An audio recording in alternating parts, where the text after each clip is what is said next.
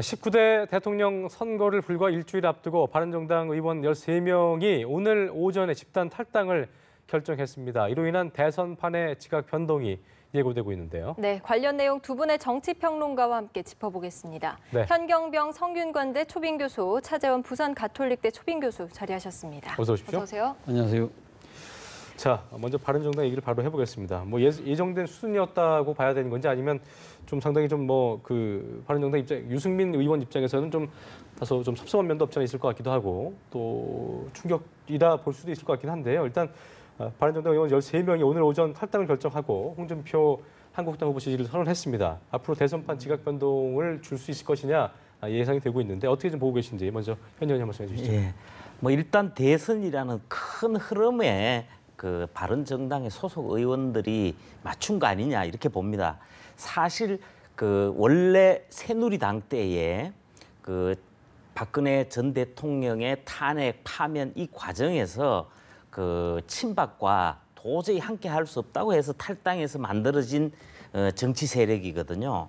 그러면서 보수의 새로운 가치와 지평을 열겠다 그랬는데 이번 대선에 오면서 그 과정에서 유승민 후보로 결정이 되면서 나름대로 진행을 했지만은 자유한국당으로 당명을 바꾸면서 홍준표가 후보가 등장을 하면서 더 큰 그늘이 되면서 바른정당의 그 설 자리가 좁아지고 존재감마저 이제 좀 약화된 측면이 있습니다.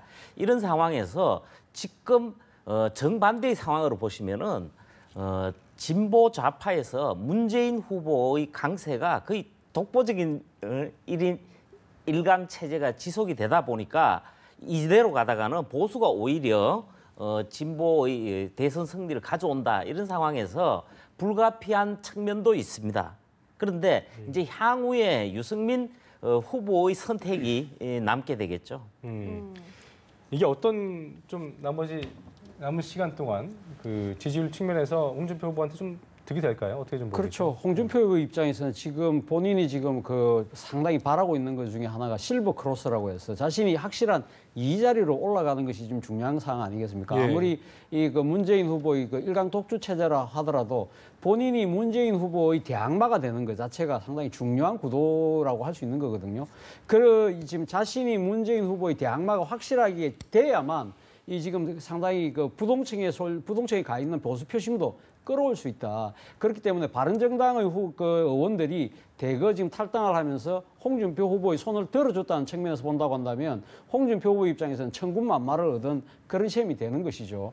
그렇기 때문에 아마 그 안철수 후보에게 그 지지를 했다가 떠났던 표심들도 올 것이고 지금도 아직까지 안철수 후보에게 상당히 기대를 갖고 있는 보수 표심 내지는 중도표들도 끌고 올 가능성이 있다. 자, 그렇다고 한다면 홍준표 후보 입장에서는 실버 크로스를 넘어서 이러한 기세를 열어서 골든 크로스까지 결국 이 1위 후보인 문재인 후보까지 쫓아가는 그러한 모습을 보여야 되는데 아마 보일 수도 있겠죠. 그런데 문제는 뭐냐면 3일부터 여론조사가 그 공표가 금지됩니다. 그렇기 때문에 그렇죠. 본인이 상당히 바른정당의 이런 그 의원들의 힘을 받아서 그 기세가 올라가는 장면을 제대로 보여줄 수 없다는 점이 상당히 문제가 되는 측면이 있는 거고요. 또 한편으로 보면 지금 그렇다고 한다면 유승민 후보가 과연 끝까지 완주할 것이냐 아니면 유승민 후보가 중간에 드랍할 것이냐 이것도 판세를 출렁거리는 하나의 영향을 줄 수 있다. 그런 측면에서 유승민 후보의 선택도 앞으로 지켜봐야 될 대목이 아닐까 하는 생각입니다. 차 교수님 말씀은 올라가는 걸 좀 지켜본다면 홍준표 후보가 올라가는구나 하면서 움직이지 않았던 그 보수층들이 그럴 가능성이 충분히 나도 이제 있죠. 투표해야겠다라고 갈 수 있는 동력이 될 텐데 그걸 이제 못 보여주니까 좀 이제 그런 것들이 좀 그렇죠. 아쉽다고 아쉬운 예. 대목이겠죠. 홍준표 후보 입장에서는. 그렇군요. 예. 이게 보니까 또 눈여겨볼 게 뭐냐면은 이번 대결은 다른 때보다 이제 뭐 이념 그 지역을 떠나서 어떤 세대 간 대립이다. 어떤 그런 새로운 프레임이 나타나는 거다라는 예상이 있었는데 결과적으로 정책 세대보다는 다시 지금 대선 가까워지다 보니까 아까 얘기했던 게 이제 친북 좌파 패권 세력 집권 반드시 막아야 된다. 그러니까 홍준표 후보 측에서는 진짜로 딱 이제 이념 지역 구도로 가는 것 같아요. 이걸로 좀 몰아가는 게 전략적인 생각이 드는데 어떻게 좀 보고 계십니까? 물론 우리 한국 대선에서 몇 가지 주요한 그 가늠자가 있습니다. 흔히 우리가 보는 게 지역, 그동안 지역이었는데 이번에는 지역 구도는 상당히 약화됐습니다. 예. 그 다음에 이제 세대인데 세대도 사실은 그동안은 40대 이하는 문재인 후보, 그다음에 50대 이상은 안철수 후보, 홍준표 후보로 뚜렷한 경향이 나타났었는데 사실은 지난주부터 조금 변화가 있습니다. 50대까지는 문재인 후보가 1위를 차지하고 60대도 상당히 평준화돼 버리는 이런 현상이 나타나고 있습니다. 이런 상황에서 우리가 흔히 말하는 이념 노선 문제가 사실은 지금 조금 더 부각이 되는 것 같아요. 아무래도 문재인 후보는 진보 좌파적인 것이고 그렇죠. 안철수 후보는 중도인데 홍준표 후보가 특히 등장한 부분이 중요합니다. 그 보수 우파로서의 색을 명확하게 했거든요. 그리고 또 본인은 우파라는 용어를 즐겨 사용합니다만은 이렇게 하면서 이념 노선 지형으로 이렇게 상당히 몰아간 측면이 있습니다. 그러다 보니까 자연스럽게 나타난 결과가 보수 재직결 그리고 또 안철수 후보가 TV 토론을 거치면서 입지를 넓히지 못한 상태에서 그 중도의 추구를 하다가 중도가 진보 또 보수 쪽으로 이렇게 이동하는 그러니까 사표를 막으면서 이길 쪽으로 가보자 조금이라도 이런 경향이 나타나는 것 같습니다. 예. 바른정당 의원들의 탈당으로 유승민 후보의 행보가 앞으로 대선 판도에 큰 변수가 될 것이다라고 아까 전망을 네. 해주셨는데 그렇다면 유승민 후보가 정말 독자적으로 완주를 끝까지 할 수 있을지 이 부분 궁금합니다. 저는 뭐 유승민 후보의 완주 의지는 상당히 강한 것 같아요. 어제 본인이 직접 손으로 쓴 그 자신의 의지를 그 소셜 미디어에 올렸지 않습니까? 그걸 보면 이거 힘들고 외롭지만 끝까지 가겠다는 거거든요.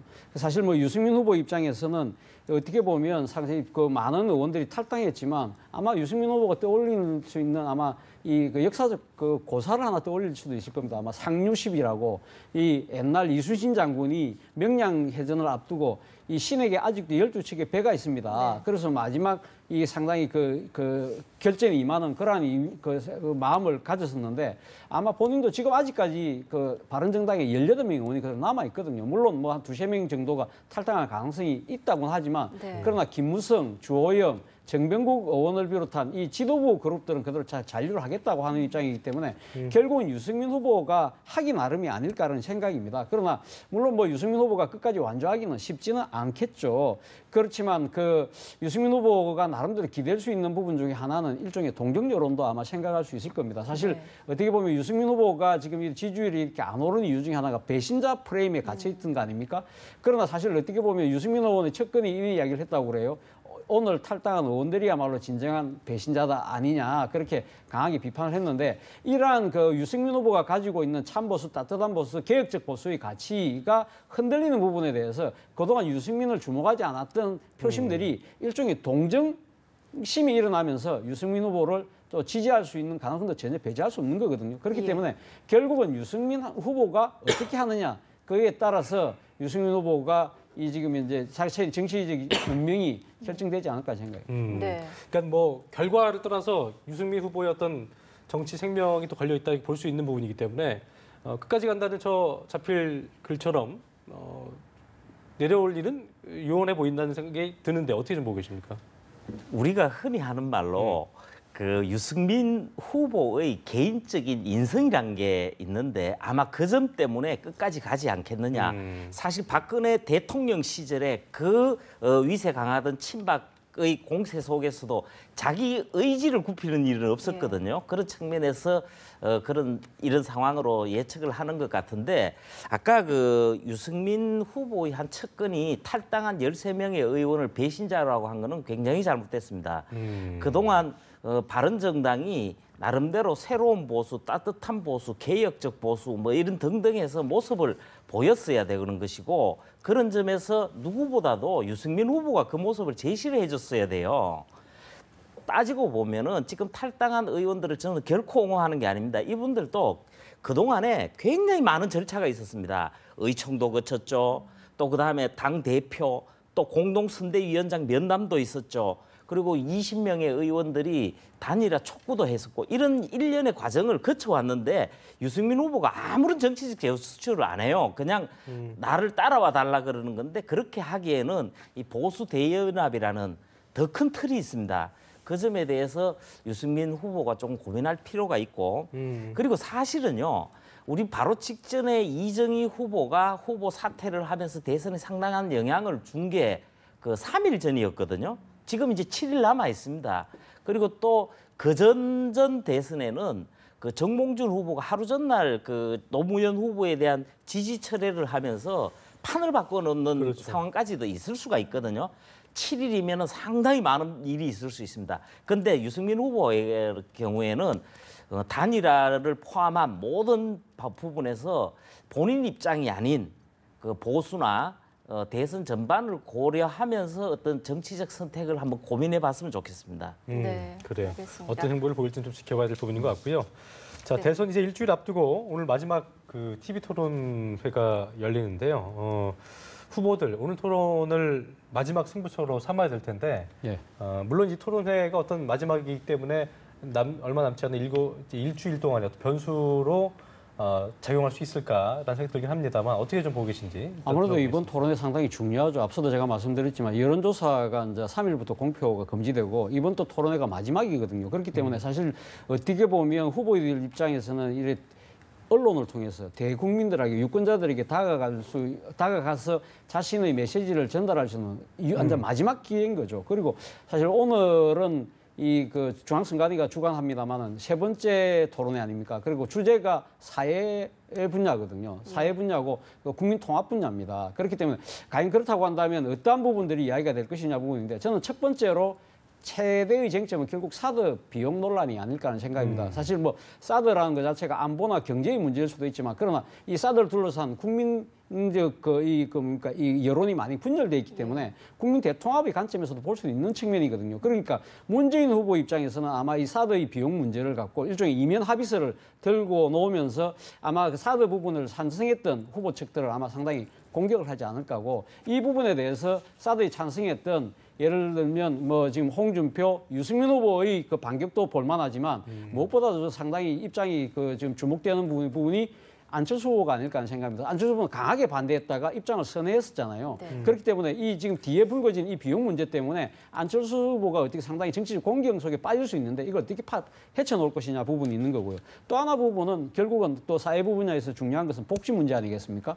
복지 부분은 15명의 후보들이 다 공이 지금 복지에 대한 상당한 그 이 정책들을 많이 내놓고 있는데 결국은 이 재원을 어떻게 조달할 것이냐 네. 그 문제를 아마 제대로 설득할 수 있느냐의 문제고 또 하나의 부분은 교육 분야겠죠. 모든 국민들이 교육 분야하면 상당히 관심들이 많은데 뭐 안철수 후보가 지금 먼저 교육적 분야에서 강하게 치고 나왔던 이 학제 개편, 이 학제 개편과 비롯해서 지금 공교육을 어떻게 정상화시킬 것인지 그리고 보육 문제까지 아마 다양한 분야에서 아마 상당한 이 공방이 오가면서 치열한 논쟁이 벌어질 것 같습니다. 네. 지금 뭐 그 차 교수님 말대로 사회 분야 격돌이 예상되고 있는데요. 오늘은 누구한테 가장 좀 유리할 거라고 보십니까?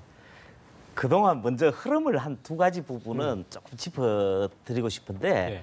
먼저 그 아까 우리가 이야기했던 그 지역, 이념, 세대 이런 부분에 따라서 지지가 갈린다 그랬지만 사실은 우리가 더 주목해야 될 게 5번 TV 토론을 통해서 지지 후보를 결정한 게 더 판을 바꿨다고 봐야 됩니다. 사실 안철수 후보가 후보 등록 날만 하더라도 사실 문재인 후보가 거의 초접전 상황으로 가고 네. 앞서는 상황까지도 나오는 경우가 있었습니다만은 TV 토론이 진행되면서 확연하게 달라져 버렸습니다. 그리고 심상정 후보의 같은 경우에는 10%까지 지금 치고 올라가고 있고 상승세가 이어지고 있는 부분이 있습니다. 그래서 사실 이번이 6차이자 마지막 하게 될 건데 저는 이렇게 봅니다. 두 가지 오히려 기준점에서 접근을 하고 싶습니다. 하나는 뭐냐면 그동안요. 이 TV 토론을 할 때마다 정책 내용에 충실했던 후보가 항상 좋았습니다. 이번에는 특히 사회복지하고 교육 부분이기 때문에 여전히 그 부분에 충실한 후보가 더 좋은 평점을 얻을 겁니다.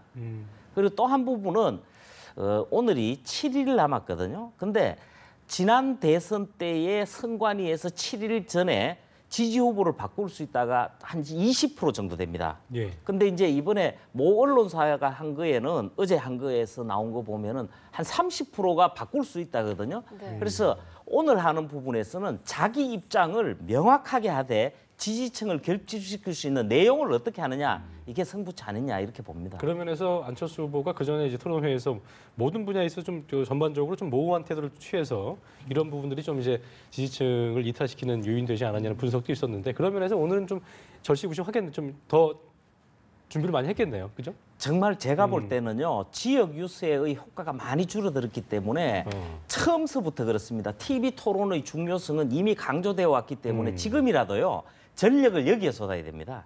그렇군요, 알겠습니다. 네. 자, 문재인 후보의 발언 좀 살펴보겠습니다. 예. 대선이 끝나면 바로 야당 당사를 찾아가겠다고 하고요. 자유한국당도 함께 협치해야 할 대상이라고 강조를 했습니다.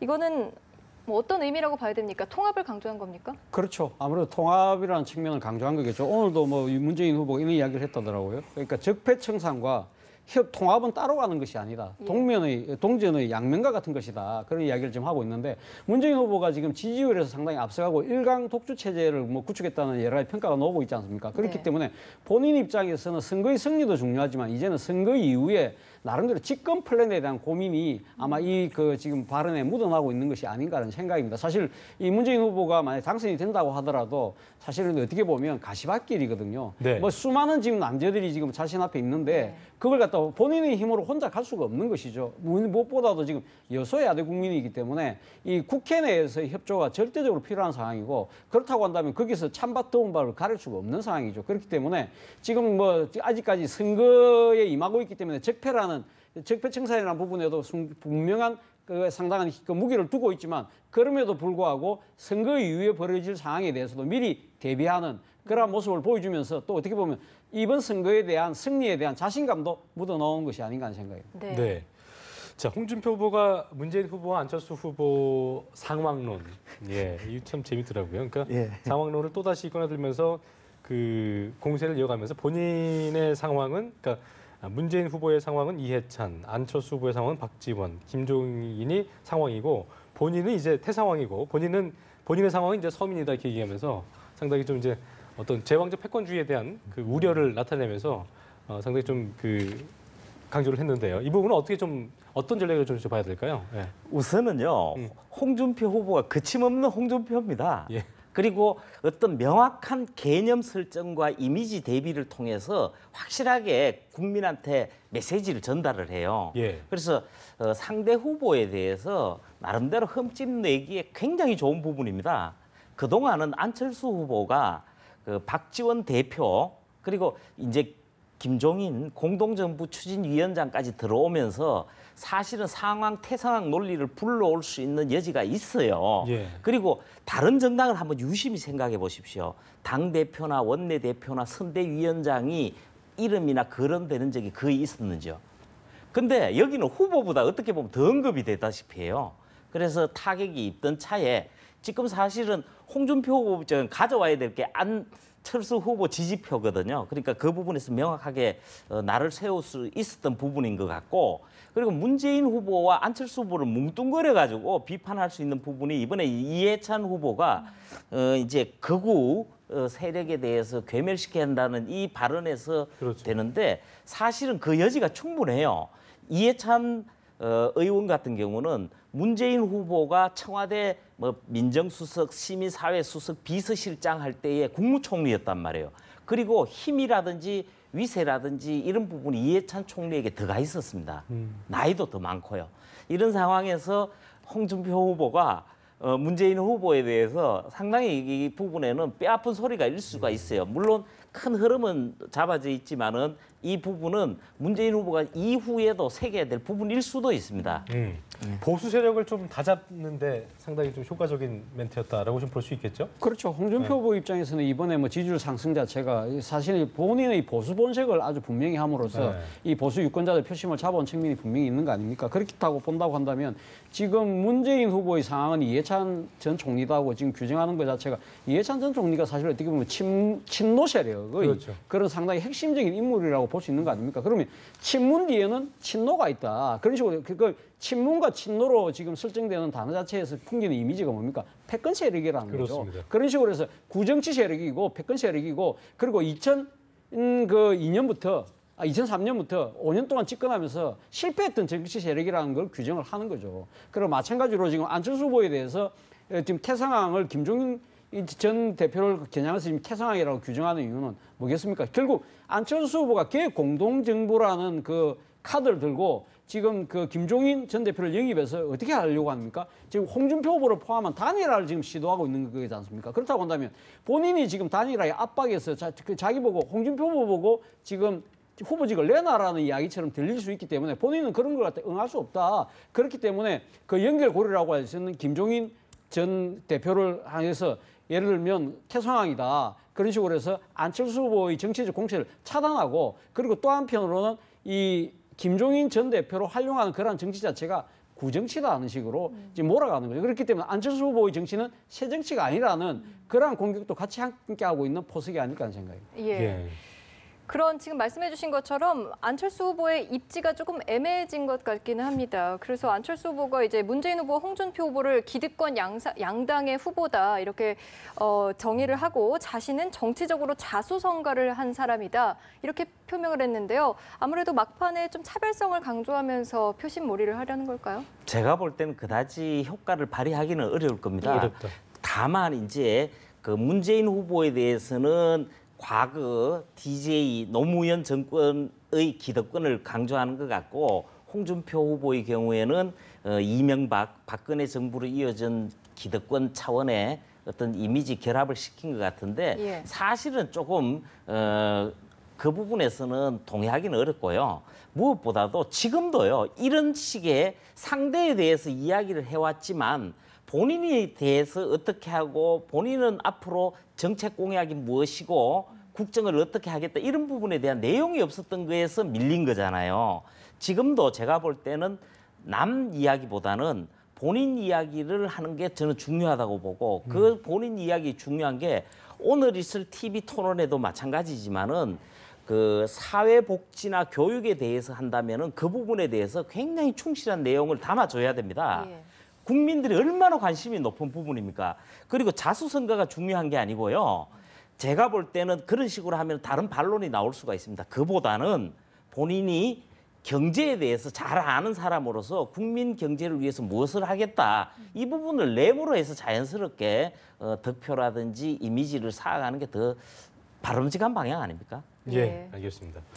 자, 심상정 후보 얘기를 좀 해보겠습니다. 네. 뭐 심크러쉬, 심보리 네. 최근에 그 굉장히 그 토론회 이후에 각광을 받고 있고 또 약진하고 있는 모습인데요. 또 최근에 또 뭐 그 홍보 영상 보셨나요? 굉장히 좀 그 눈길을 끌고 있더라고요. 네. 그만큼 젊은 층들한테 좀 인기를 끌면서 진보 정당 첫 번째 어떤 첫 두 자릿수 득표율을 기록할 것인가? 네. 뭐 이런 기대감이 섞인 목소리 나오고 있더라고요. 상당히 갖는 의미가 있을 것 같습니다. 그렇죠. 심상정 후보 입장에서는 지금 두 자릿수를 넘어서 지금 문재인 후보와 겨룰 수 있는 양강 지금 후보로 올라간다고 지금 이렇게 큰 소리를 치고 있습니다만 진짜 객관적이고 냉정하게 봤을 때는 아마 이 그 심상정 후보가 몸담고 있는 정의당이 두 자릿수만 그러니까 확보만 하더라도 상당하게 앞으로 향후 정치 입지가 넓어지지 않을까 하는 생각입니다. 첫 번째는 가장 큰 이유는 그거죠. 일단 10% 이상을 득표하게 되면 선거 비용을 50% 절반을 돌려받게 되지 않습니까? 그렇다고 한다면 이런 정의당처럼 군소정당 입장에서는 상당히 앞으로 정치활동하는데도 상당한 군자금을 확보하는 셈이기 그렇죠. 때문에 네. 그런 식으로 숨통이 트여 있는 거고요. 두 번째는 앞으로 어차피 그 문재인 후보가 당선이 된다고 했을 경우에는 이 심상정 후보를 비롯한 정의당이 연정과 협치의 대상이 되지 않겠습니까?